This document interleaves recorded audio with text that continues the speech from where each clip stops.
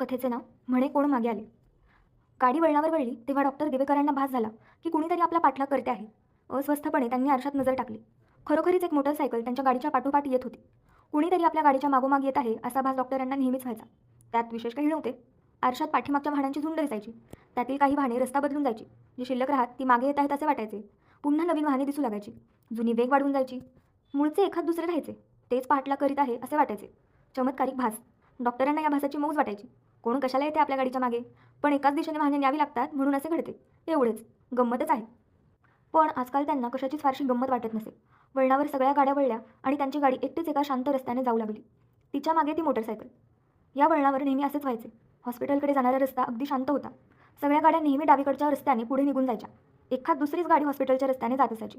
मग आज ही मोटरसायकल कुणाची? डॉक्टर उगाचच अस्वस्थ झाले. डॉक्टर सप्तर्षीच्या आठवणीने. सप्तर्षी नेहमी मोटरसायकलवरून यायचा. रस्ता अतिशय शांत होता. रहदारी जवळजवळ नव्हतीच. डॉक्टरांची गाडी आणि पाठीमागे मोटरसायकलवर कोण आहे हा माणूस? आरशात काळे कपडे दिसले. काळा बुशर्ट, काळी पॅन्ट. डॉक्टर सप्तर्षी नेहमी काळे कपडे घालायचा. खरे तर डॉक्टरच्या पेशाला हे असले कपडे मुळीच शोभत नाहीत. पण सप्तर्षी स्वतःला काय समजायचा कुणास ठाऊक. दिसायला देखणा, गोरागुमटा होता हे खरे. पण म्हणजे काही डॉक्टरांनी सिनेनटासारखे कपडे घालायला नकोत. Dark shirt, dark pant. मग त्यावर हॉस्पिटलचा पांढरा कोट चढवायचा. नाटकीपणा, दुसरे काय? डॉक्टर सप्तर्षीच्या आठवणीने डॉक्टर दिवेकर अधिकच अस्वस्थ झाले. गेल्या 15 दिवसांपासून त्यांना असेच अस्वस्थ वाटायचे. घाबरल्यासारखे व्हायचे. काही विशेष कारण असो नसो मध्येच खचून गेल्यासारखे व्हायचे. डॉक्टरची प्रकृती अस्वस्थ? हा तर विनोदच होता. ती सुधारण्याचा उपाय माहीत नसावा हा अधिकच मोठा विनोद होता. मोटरसायकलवाला जवळ आला. आरशात स्पष्ट दिसू लागला. त्याला पाहताच डॉक्टर दिवेकर एकदम दचकले. तीच सडपातळ अंगयष्टी, तेच भुरभुरणारे केस. हा मोटरसायकलवाला डॉक्टर सप्तर्षी तर नव्हे. पण कसं शक्य आहे ते? डॉक्टर सप्तर्षी 15 दिवसांपूर्वीच ऑपरेशन टेबलवर वारले होते. डॉक्टर सप्तर्षी आणि डॉक्टर दिवेकर दोघांची भलतीच दाट मैत्री होती. दोघेही एकाच वेळी मेडिकल कॉलेजमधून बाहेर पडले. दोघेही एकाच वेळी हॉस्पिटलमध्ये जॉईन झाले.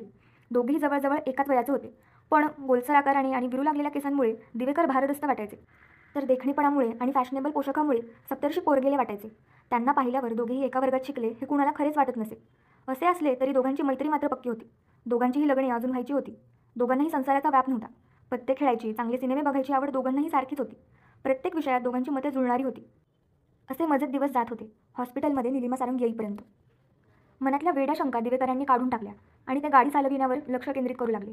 15 दिवसांपूर्वी सप्तर्षी वारला तेव्हापासून त्यांचे चित्त ठिकाणावर नव्हते. अशा वेळी काही ना काहीतरी भास होतात. नाहीतर त्या मोटरसायकलवाल्यावरून सप्तर्षीची आठवण होण्याचे कारण काय आहे? काळे कपडे हल्ली पुष्कळ तरुण वापरतात.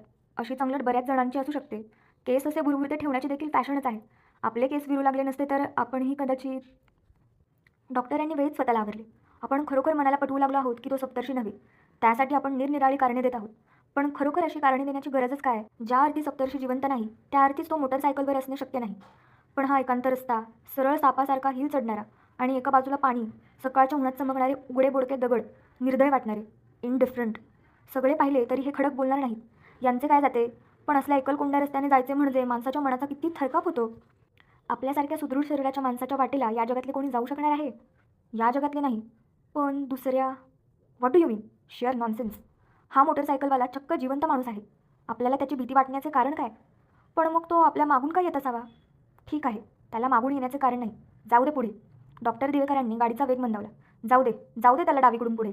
एवढा रस्ता पडला आहे.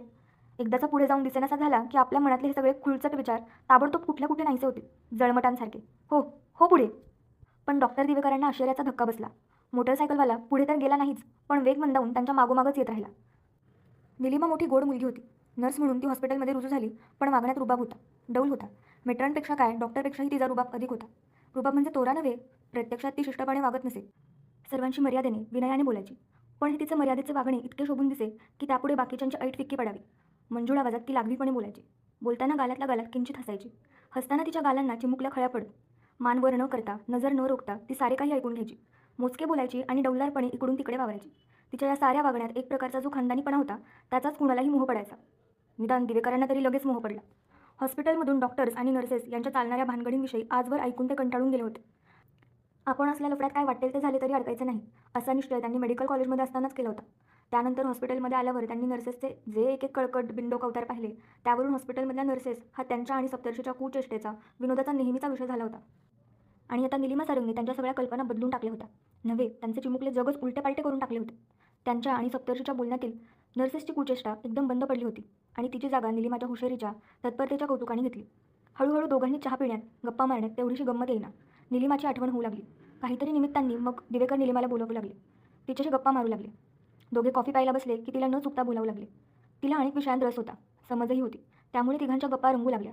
डॉक्टरांनी तिला बरोबरीच्या नात्याने वागवले तरी आपण नर्स आहोत हे निलिमा कधी विसरत नसे. स्वतःची मर्यादा कधी सोडत नसे.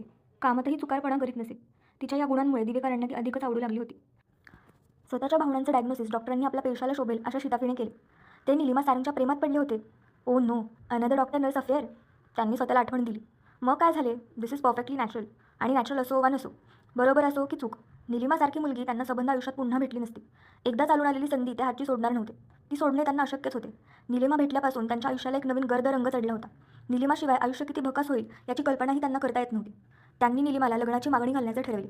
ती संध्याकाळ त्यांच्या जन्मभर लक्षात राहिली असती. Christmas eve. हॉस्पिटल मिशनने चालविलेले होते, त्यामुळे तिथे क्रिसमस मोठ्या धूमधडाक्याने साजरा केला जात असे. ईव्हला सगळ्या स्टाफला पार्टी, लहान लहान पण गमतीच्या भेटी, रात्री मग बॉल. मध्ये इमर्जन्सी कॉल येत, डॉक्टरांच्या पाळ्या बदलत, पण गंमत काही कमी होत नसे. अशा सुंदर संध्याकाळी हॉस्पिटल समोरच्या बागेत मागे पुढे हिंदकाळणाऱ्या कागदी कंदिलांच्या प्रकाशात वाद्यमेळ्याच्या साथीने डॉक्टर दिवेकर हलकेच निलिमाला विचारणार होते, तू माझी होशील? ती गालातल्या गालात हसत लाजून खाली पाहणार होती आणि ऐकू येईल न येईल असे म्हणणार होती, हो. तिच्या त्या एकाक्षरी शब्दापेक्षा तिच्या गालांवर पसरलेल्या लाजेनेच त्यांना खरे उत्तर मिळणार होते. त्या लाजेत उठलेल्या तरंगासारख्या दोन खळ्यांकडे पाहताना त्यांच्या जन्माचे सार्थक होणार होते. डॉक्टर दिवेकरांनी काळा सूट चढविला. बटन होलमध्ये पांढऱ्या गुलाबाचे नाजूक फूल खोचले आणि अंगावर परफ्यूमचा फवारा मारला. एवढ्यात दारावरची बेल वाजली आणि दार धाडकन उघडून डॉक्टर सप्तर्षी आत आला. त्याचे कपडे नेहमीप्रमाणेच हिरोसारखे होते. पट्ट्यापट्ट्यांचा झगझगीत शर्ट, त्याची पहिली 2 बटणे उघडी, केसांनी अर्धे कपाळ झाकलेले आणि चेहऱ्यावर मनमुराद आनंद. निळे डोळे त्याच आनंदात चमकत होते. काय रे, पार्टीला नाही येणार का आज? दिवेकरांनी विचारले. येणार, पण खरं विचारशील तर कुठंच न जाता इथेच तुझ्याशी गप्पा मारीत विस्की प्यावी असं वाटतंय मला. अरे, कधी कधी वाटतं की जग गेल्या जहन्नममध्ये तुझ्यासारख्या एकुलत्या एक मित्राशीच बोलत बसावं. तुला खूप वाटेल, पण मी पार्टीला जाणार आहे. माझी सगळी तयारी झाली आहे. पाहिलंस, मी निघतच होता आत्ता. शिवाय माझं आज एक महत्त्वाचं काम आहे. काम को मारो गोली. तू लेका असंच रड्या आहेस. सप्तर्षी दिवेकरांच्या पाठीवर जोरदार थाप मारून म्हणाला. कन्व्हेन्शनल एक नंबरचा. ठरवलं की निघाला सूट घालून. आजूबाजूचं इकडचं तिकडचं दिसेल तर शपथ. मित्राचा मूड तरी समजतो की नाही तुला? हो करून हसत सप्तर्षी म्हणाला. मी लेका आज आसमानात आहे. Absolutely on the top of the world. मी दुपारी सहज लंच घेता घेता निलिमा सारंगला प्रपोज केलं. अरे, ती चक्क तयार झाली माझ्याशी लग्न करायला. देवेकर जागच्या जागी कोसळले. ते वाद्यसंगीत, ते कागदी दिवे, ती बागेतील भेट आणि त्यानंतरचं एक सुरेल आयुष्य, साऱ्यांचा त्यांच्या डोळ्यात एकच चक्काचूर झाला होता. गाडीने आणखी एक वळण घेतले. आता शांत समुद्र मागे पडला आणि दुतर्फा झाडी असलेला हिल चढणारा रस्ता सुरू झाला. काही वेळ गाडी एकटीच चालत राहिली. मोटरसायकलवाला समुद्राशी समांतर रस्त्याने निघून गेला असावा, पण दुसऱ्या क्षणी मोटारसायकलचा पर्र असा आवाज त्यांच्या कानांवर पडला आणि आरशात मोटारसायकल दिसू लागली. छे, हा माणूस आपला पिच्छा का सोडित नाही? आणि कोण आहे तो? डॉक्टरांनी गाडीचा वेग वाढविला. आश्चर्य म्हणजे मोटारसायकलवाल्यांनीही वेग वाढविला. त्या चढावर वेग वाढवणे म्हणजे खरे दोघांनाही कठीण होते. पण डॉक्टरांच्या मनात आता एकच विचार ठाण मांडून बसला होता, काहीही करून दूर जायचे त्या मोटारसायकलवाल्यापासून. आत खोल कुठेतरी त्यांना एक जाणीव झाली होती की तो मोटारसायकलवाला दुसरीकडे कुठेही जात नाही. तो आपल्याच मागून येत आहे आणि काही वाटेल ते झाले तरी आपण त्याच्या हाती लागता कामा नये. या उघड्या रस्त्यावर कुणीच आपल्या मदतीला धावून येणार नाही. हॉस्पिटलमध्ये पोहोचल्याशिवाय आपली सुटका नाही. त्यांनी गाडीचा वेग आणखी वाढवला. त्यांच्या पाठीमागच्या काळ्या आकृतीनेही मोटारसायकलचा वेग वाढविला. आता डॉक्टरांची खात्री झाली की तो आपला पाठलाग करीत आहे आणि ज्या अर्थी त्याने पाठलाग चालविला आहे त्या अर्थी तोच आहे. त्याच्याशिवाय दुसऱ्या कुणाला आपला पाठलाग करण्याचे काही कारण आहे? त्यांच्या काळजाने ठाव सोडला. आजवर कधीही न अनुभवलेली एक नवीनच भीती एकदम त्यांच्या अंगावर पसरली. काहीतरी भयानक घडणार आहे आणि त्याकडे आपण क्षणाक्षणाला विलक्षण वेगाने खेचले जात आहोत याविषयीची. त्यांनी गाडीचा वेग वाढविला, पण या वेगाने आपण त्या संकटापासून दूर जात आहोत की त्याच्या जवळ हेही त्यांना समजत नव्हते. पाठीमागची काळी व्यक्ती जवळ येत होती. मोटारसायकलचा फर्र आवाज त्या निशब्द रस्त्यावर घुमून राहिला होता. डॉक्टर चाकाशी आखडून बसले. जणू आता मोकळे बसण्याची देखील त्यांना भीती वाटत होती. मोटारसायकल जवळ येतच होती. हॉस्पिटलमधील क्रिसमस ईव्हच्या पार्टीत ते भूतासारखे वावरले. सप्तर्षींनी दिलेल्या बातमीने त्यांना खोलवर इजा झाली होती. कुठेही जाऊ नये, खोलीचे पडदे ओढून घ्यावेत, दिवे बंद करावेत आणि उशीत डोके खुपसून घुसमटून जावे, तरच हे दुःख सहन करता येईल असे त्यांना वाटत होते. पण प्रत्यक्षात यातले काहीच करणे शक्य नव्हते. क्षणभर चुकलेला काळजाचा ठोका पुन्हा जागेवर येताच ते भानावर आले. या क्षणी आपण काय करायला हवे याची त्यांना मनाने याद दिली आणि चेहऱ्यावर खोटे हसू आणले. निर्जीवपणे हात पुढे करून ते म्हणाले, कॉंग्रॅच्युलेशन्स. सगळी तयारी झाली असल्यामुळे त्यांना पार्टीला जावेच लागले. सप्तर्षी बरोबर होताच. तो जणू हवेत तरंगत होता. पार्टीत तो किती प्याला, किती नाचला, किती बडबडला याला सुमारच नव्हता. डॉक्टर हातात एक ग्लास घेऊन एका बाजूला बसून होते, सगळा जल्लोष पाहत. वाद्यमेळ चालू होता. रंगीत दिवे वाऱ्याच्या मंद झुळकीबरोबर हेलकावे खात होते. सगळी माणसे रंगीत कागदी टोप्या घालून एकमेकांना happy Christmas, happy new year म्हणत होती. पण डॉक्टरांना हे सगळे कृत्रिम वाटत होते. कशातच जीव राहिला नव्हता. कधी एकदा आपण घरी जातो आणि बिछाण्यात अंग टाकतो असेच होऊन गेले होते. एकाएकी निलिमा त्यांच्याजवळ आली. समोरच्या खुर्चीवर बसली. तिचा चेहरा शांत दिसत होता. सप्तर्षीच्या चेहऱ्यासारखा आनंदाचा थयथयाट तिच्या मुद्रेवर नव्हता. पण तरीही थोडीही सुकवल्यासारखी दिसते आहे का, की ही आपलीच भावना? इथे एकटेच का बसलात? बरं नाही वाटत का? तिच्या स्वरात काळजी होती, माया होती. ही माया जन्मभर अनुभवता आली असती तर? ग्लासमधला एक कडवट घोट घेऊन डॉक्टर तिच्याकडे न पाहता म्हणाले, कॉंग्रॅच्युलेशन. म्हणजे एवढंच सांगितलं यांनी तुम्हाला? तिच्या गालावर लाजेचे तरंग उठले. पण डॉक्टरांचे तिकडे लक्षण होते. त्यांना तिचा यांनी हा शब्द झुंबला होता. अशा कशा या बायका? क्षणात एखाद्याला आपलं म्हणतात. सांगितलं ते बरं केलं, नाहीतर मी स्वतःच तुला मागणी घातली असती. ते अर्धवट विनोदाने बोलल्याप्रमाणे म्हणाले. तुम्हा दोघांमध्ये निवड करणं मला कठीण गेलं असतं, तीही काहीशा विनोदानेच म्हणाली. डॉक्टरांचा चेहरा उजळला. त्यांच्या चेहऱ्याकडे पाहूनच तिला आपण काय बोलून गेलो हे ध्यानात येऊन चुकले. ती लाजली आणि काहीतरी निमित्त सांगून तिकडून सटकली. डॉक्टर तिच्या पाठमोऱ्या आकृतीकडे पाहत राहिले. तिच्या शब्दांनी जणू त्यांच्या मेलेल्या आशेवर अमृत शिंपडले होते. एकूण आपला तर्क बरोबर होता. आपण जसे तिच्यावर प्रेम करीत होतो तसेच ती देखील. तितक्या प्रमाणात नसेल, पण थोडेफार प्रेम आपल्यावर करते. सप्तर्षीविषयी तिला वाटते हे खरे, पण आपण आधी तिला विचारले असते तर ती आपल्यालाही नाही म्हणाली नसती. खरे म्हणजे तिला दोघांच्याही विषयी आपुलकी आहे. दोघांवरही तिची माया आहे. दोघांचाही सहवास तिला हवासा वाटतो. तसे नसते तर आज सप्तर्षीशी लग्न ठरविले असतानाही तिने मुद्दाम येऊन आपली विचारपूस केली तरी असती का? निलिमाला आपण हवेसे वाटतो. सप्तर्षी नसता तर तिने आपल्यावर प्रेम केले असते, 100%. सप्तर्षी नसता तर? सप्तर्षी या जगात नाहीच अशी कल्पना डॉक्टरांनी क्षणभर करून पाहिली. मग त्यांचा मार्ग मोकळा होता. निलिमा त्यांची होती, त्यांची एकट्याची. क्षणभराच्या त्या तंद्रीत डॉक्टर सुखावले. दुसऱ्याच क्षणी एका भयंकर विचाराने त्या तंद्रीतून खाडदिशी जागे झाले. आपण या सप्तर्षीला जगातून नाहीसे केले तर? छे छे, हा विचार ताबडतोब डोक्यातून काढूनच टाकायला हवा. असले काही करणे आपल्याला अशक्य आहे. आपण खुनी नाही. खून पचत नाही. पचेल असा खून आपल्याला करता येणार नाही. आपण जगातून उठू. त्या भयंकर विचारावर घाईघाईने बोळा फिरवून डॉक्टर पार्टीतून बाहेर पडले. आणि त्यानंतर 4च दिवसात डॉक्टर सप्तर्षीच्या मोटारसायकलला अपघात झाला. अपघातात सप्तर्षीची मोटारसायकल पार ठेचून गेली होती. त्या अर्थी ही मोटारसायकल त्याची असणे शक्यच नाही. डॉक्टर दिवेकरांनी स्वतःच्या मनाची समजूत घातली. आणि हा तरी तो कसा असेल? पण तरीही किती त्याच्यासारखा. मनात उलटी सुलटी चाके फिरत होती. पण त्या चाकांची गती मात्र एकाच दिशेने होती. हळूहळू विचार सुटत चालला होता. त्याची जागा भीतीने घेतली होती. हातातले चाक फिरत होते. गाडी वाटेतले सारे अडथळे पार करून सुसाट पळत होती. मागे काळ लागावा तशी मोटारसायकल ही क्षणोक्षणी वाढत्या वेगाने पाठीमागून येत होती. तिचा आवाज मधमाशांचे पोळे फुटावे तसा घुमत होता. झाडे भराभर मागे पडत होती. सर्पासारखा नागमोडी रस्ता वेटोळे करीत जात होता. डॉक्टरांच्या कानाला भण भण वारा लागत होता. तरीही ते एकसारखे वेग वाढवत चालले होते. मोटारसायकल वाढत्या वेगाने जवळजवळ उडत होती. नाही, त्याच्या हातात सापडून चालायचे नाही. माझ्या हातून जे घडले त्याला तो क्षमा करणार नाही, कधीच नाही. मी त्याच्या हाती लागलो तर तो मला सोडणार नाही. वेग आता शक्य तेवढे लांब गेले पाहिजे, त्याच्यापासून दूर. डॉक्टरांचे भीतीने पुरते भान गेले. त्यांच्या आता 2च जाणीवा शिल्लक राहिल्या होत्या, चाकावरचा हात आणि ॲक्सिलेटरवरचा पाय. डोळे आरशात पाहतच नव्हते. रो रो करून तो त्यांच्यावर चाल करून येत होता. याचे सावट संबंध मनावर पसरून राहिले होते. झपाट्याने मागे जाणारी झाडे, झपाट्याने पुढे येणारी मोटारसायकल, कानांना लागणारा वारा. मी कुठे आहे? गाडी कुठे चालली आहे?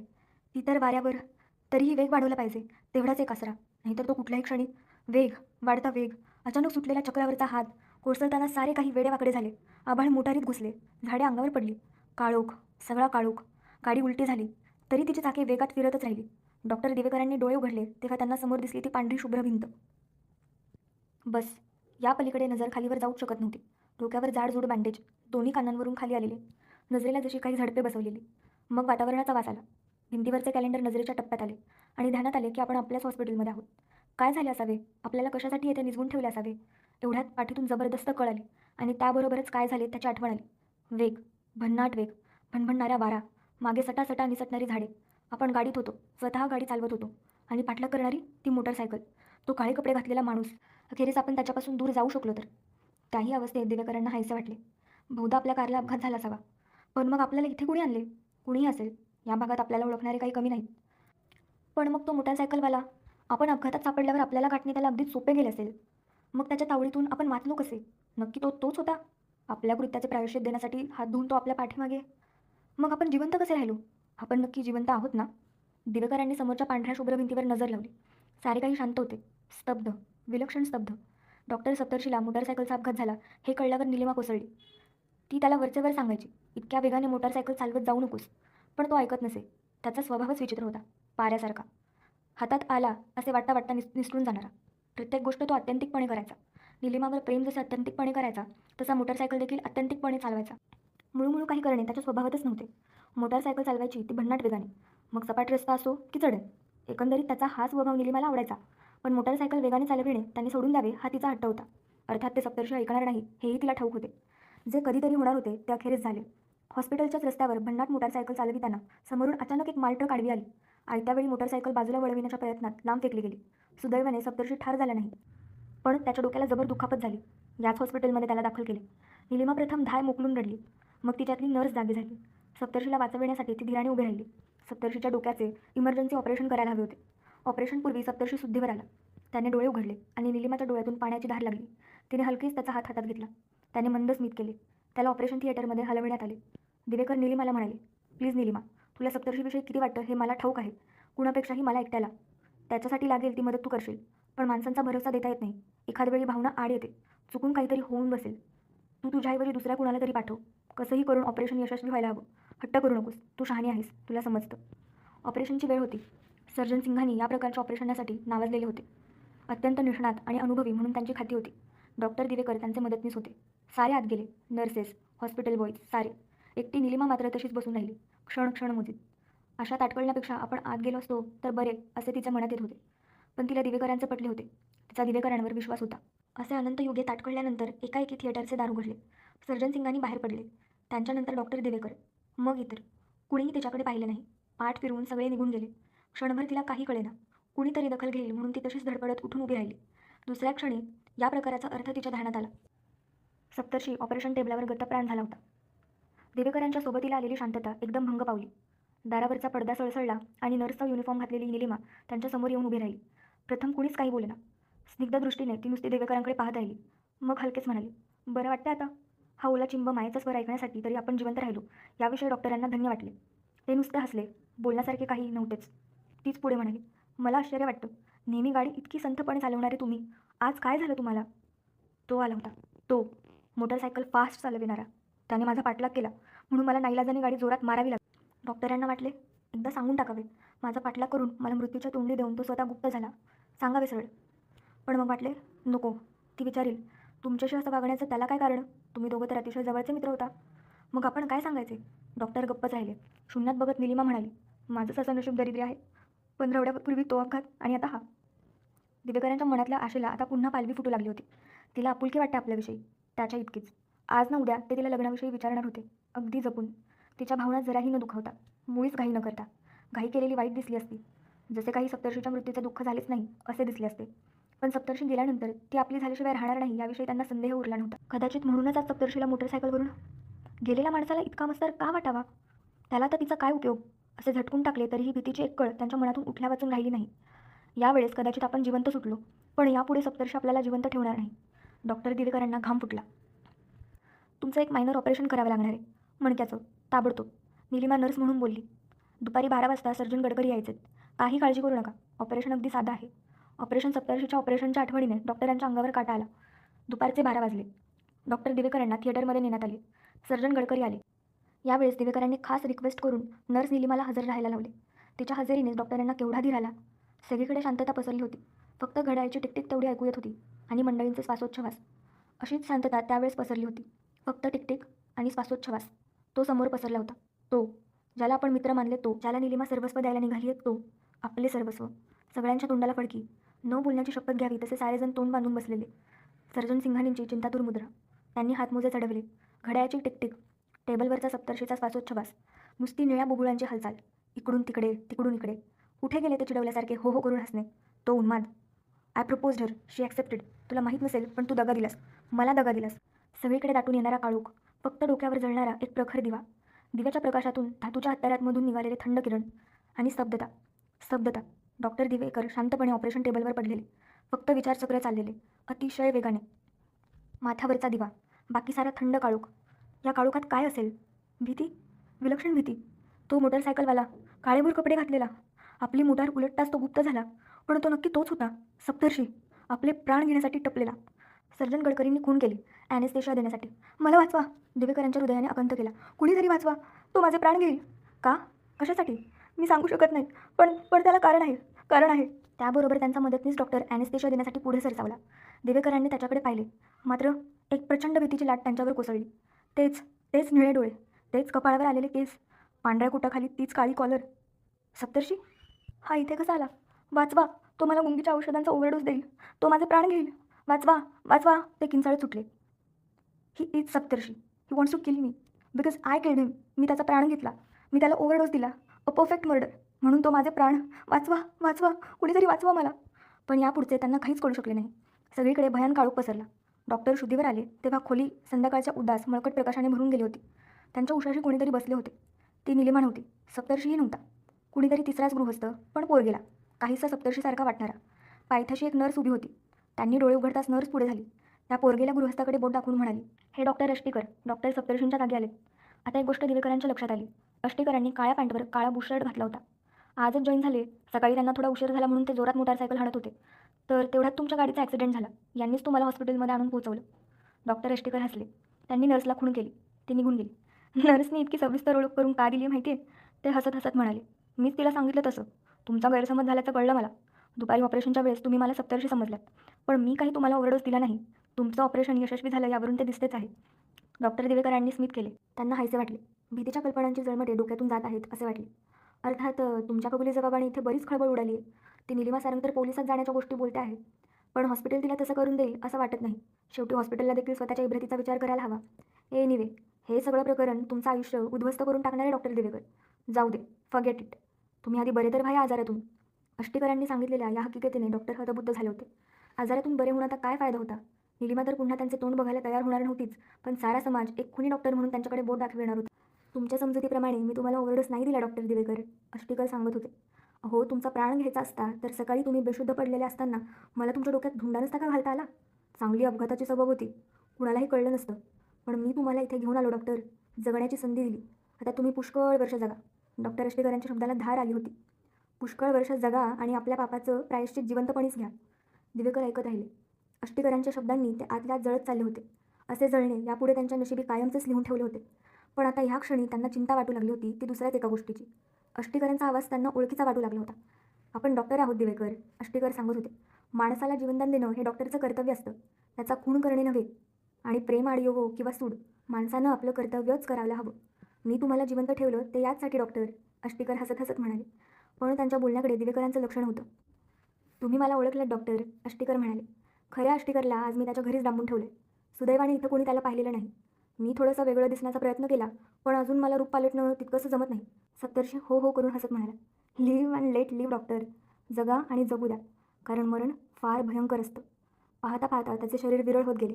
तो पूर्ण दिसेनासा झाल्यानंतरही काही वेळ त्याचे हास्य ऐकू येतच होते.